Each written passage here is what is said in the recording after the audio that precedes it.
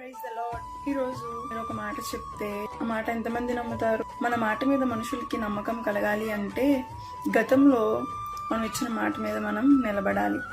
ఒకప్పుడు మాట ఇచ్చారు అంటే ఆ మాట నిలబెట్టుకోవడం కోసం చాలా దూరం వెళ్ళేవారు, ఏదైనా చేసేవాళ్ళు అనే మాట వినేవాళ్ళం.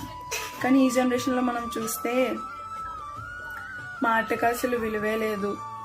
మాట అనే దానికి అసలు విలువ అనేది లేదు. ఈ రోజున మనుషులు మాట ఇచ్చి తప్పచ్చేమో, కానీ దేవుడు మాత్రం మాట ఇస్తే ఖచ్చితంగా అది నెరవేరుస్తాడు.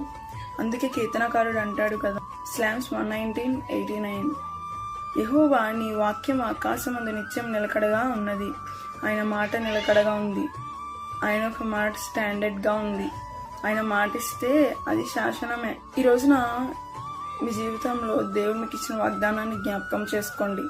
మీరు ఇంట్లోంచి బయటకు వెళ్ళినప్పుడు ఆ వాగ్దానాన్ని పట్టుకుని, ఏ వాగ్దానం ద్వారా అయితే దేవుడు మీతో మాట్లాడాడో ఆ వాగ్దానం పట్టుకుని ప్రార్థించండి.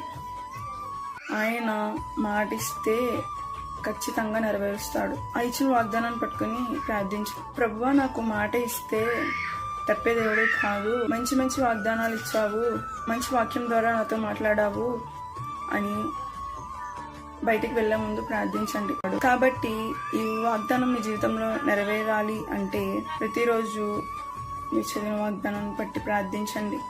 ఖచ్చితంగా అది దేవుడు మీ జీవితంలో నెరవేరుస్తాడు. అటువంటి కృప దేవుడు మీకు అనుగ్రహించును గాక. ఆమేన్.